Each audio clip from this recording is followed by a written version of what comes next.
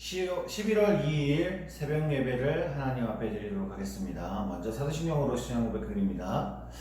전능하사 천지를 만드신 하나님 아버지를 내가 믿사오며 그 외아들 우리 주 예수 그리스도를 믿사오니 이는 성령으로 잉태하사 동정녀 마리아에게 나시고 본디오 빌라도에게 고난을 받으사 십자가에 못 박혀 죽으시고 장사한 지 사흘 만에 죽은 자 가운데서 다시 살아나시며 하늘에 오르사 전능하신 하나님 우편에 앉아 계시다가 저희로서 산자와 죽은 자를 심판하러 오시리라. 성령을 믿사오며 거룩한 공예와 성도와 설교 통하는 것과 죄를 사하여 주시는 것과 몸이 다시 사는 것과 영원히 사는 것을 믿사옵나이다. 아멘.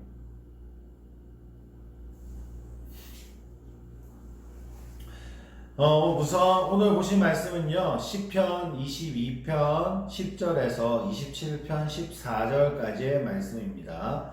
시편 22장 10절에서 27장 14절까지의 말씀입니다. 먼저 말씀 읽고 돌아오도록 하겠습니다. 먼저 정지 버튼 눌러주시고요. 오늘 본문 말씀 읽어주십시오. 말씀 다 읽으셨습니까? 그러면 오늘 본문 말씀 읽도록 하겠습니다. 오늘 본문 말씀은 시편 23편 1절에서 6절까지의 말씀입니다. 시편 23편 1절에서 6절까지 제가 봉독해 드리도록 하겠습니다. 여호와는 나의 목자시니 내게 부족함이 없으리로다. 그가 나를 푸른 풀밭에 누이시며 실만한 물가로 인도하시는도다. 내 영혼을 소생시키시고 자기 이름을 위하여 이의 길을 인도하시는도다. 내가 사망의 음침한 골짜기로 다닐지라도 해를 두려워하지 않는 것은 주께서 나와 함께 하심이라. 주의 지팡이와 막대기가 나를 안위하시나이다. 주께서 내 원수의 목전에서 내게 상을 차려주시고 기름을 내 머리에 부으셨으니 내 잔이 넘치나이다. 내 평생의 선하심과 인자하심이 반드시 나를 따르리니 내가 여호와의 집에 영원히 살리로다. 아멘. 오늘 우리 본문의 말씀은 찬양으로도 되어 있고 또한 우리가 너무나도 잘 아는 말씀이기도 하죠. 오늘 우리가 보고자 하던 이 시편의 내용은요, 아마 김정희 목사님을 통해서 시편이 어떤 것이고 또한 어떻게 시작이 되었고 또한 어떻게 나누어져 있는지 아마 이야기를 들으셨을 겁니다.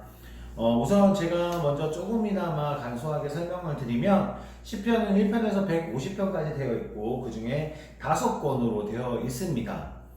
그 중에 오늘 우리가 보고 있는 것은 제1권에 속하고 1권은 1편에서 41편까지 되어 있으며 또한 이 시를 다윗이 지었다 해서 다윗의 시라고 합니다. 원래 유대인들은요, 이 시편을요, 우리가 시편이라고 부르는 것은 시와 같다라고 해서 이야기를 하는데, 유대인들은 처음에 이것을 시편이라고 부르지 않고 기도라고 불렀습니다. 그러다 후대에 가서는 이것이 다시 찬양 또는 찬양의 책이라고 불리게 됩니다. 그 이유가 뭐냐면, 구약에서 찬양하라 라는 이 동사가 나오는 것이 시편에서만 3분의 2가 나오기 때문에 찬양의 시 또한 찬양의 책이라고 부르게 되는 겁니다. 하나님께 언제 어디서나 찬미와 감사를 드리는 내용이기도 하고요. 또 어려운 처지에서 구원과 탄원을 드리게 되는 내용이기도 합니다. 오늘 우리가 봤던 이 22편도요, 다윗의 시에 속하고 고통에 겪어 있는 사람들의 기도의 소리를 이야기합니다. 낮과 밤을 부르시으나 응답하지 않으셔서 나를 버리셨냐고 묻게 되고, 또한 나를 보는 자는 다 나를 비웃으며 입술이 비추거리고 머리를 흔들린다라는 그런 고백의 시도 들어가 있는 것이 22편이고요. 또한 우리가 오늘 봤던 23편은 양을 치시는 주님이시며 또한 쉴 곳에서 우리를 인도하시는 하나님, 그 하나님이 언제나 나와 함께 계신다라는 의미가 담겨져 있는 시편입니다. 또한 24편은 성전에 들어오시는 하나님을 기뻐 맞이하고 있는 다윗의 고백이 들려있고요.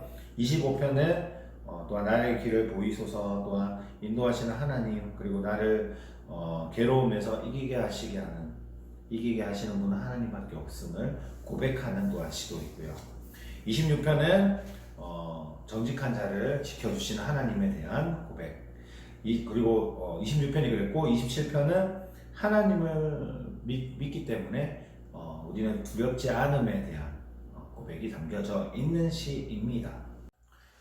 오늘 우리가 보는 이 23장의 말씀은요, 하나님의 도우심, 하나님의 함께하심에 대한 부분을 다윗이 고백하고 있는 시이죠.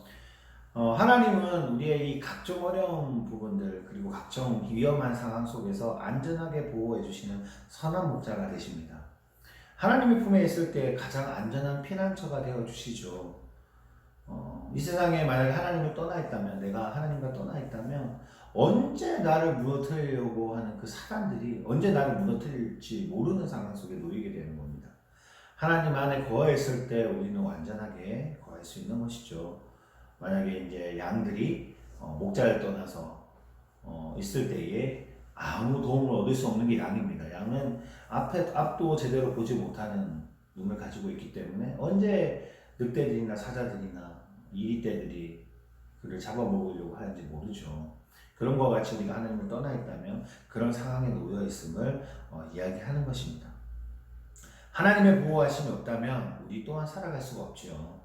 부족한 게 없어서 감사한 것이 아니라 나의 부족함 때문에 오히려 감사하게 되는 것입니다. 건강의 소중함을 깨닫게 되는 것이고, 또한 하루하루 내가 먹는 것에 걱정하지 않는 것들, 이 모든 것들이 하나님의 은혜였다는 것을 이제 그것 또한 하나님의 선물이 되었다는 것을 우리가 깨닫게 됩니다. 특히 코로나19를 통해서 지금 너무나도 힘든 상황 속에 있지만 그럼에도 불구하고 다시 하나님 앞에 나와 예배드리고 같이 모일 수 있는 이 자체만으로도 얼마나 큰 복인지를 우리는 이제 알 수 있잖아요. 목자가 양들을 먹을 것과 또한 마실 것들, 잠잘 것들의 모든 필요한 것들을 공급해 주시는 것처럼 우리 하나님이 또한 우리의 살아가는 필요한 것들을 공급해 주십니다. 의식주의 문제 때문에 고민하거나 또는 걱정할 필요가 없게 되는 것이죠. 그 이유는 하나님이 우리와 함께 하시기 때문입니다. 때에 따라서 제공해 주시고 달게 오면 생명의 말씀을 듣고 읽을 때에 순종하며 살아가는 것.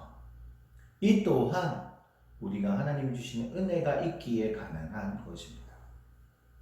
지금 다윗은요, 그것을 고백하는 겁니다.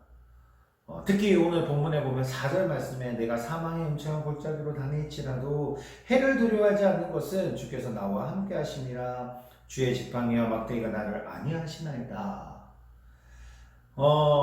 이 시대에 보통 목자들은요, 지팡이를 들고 다닙니다.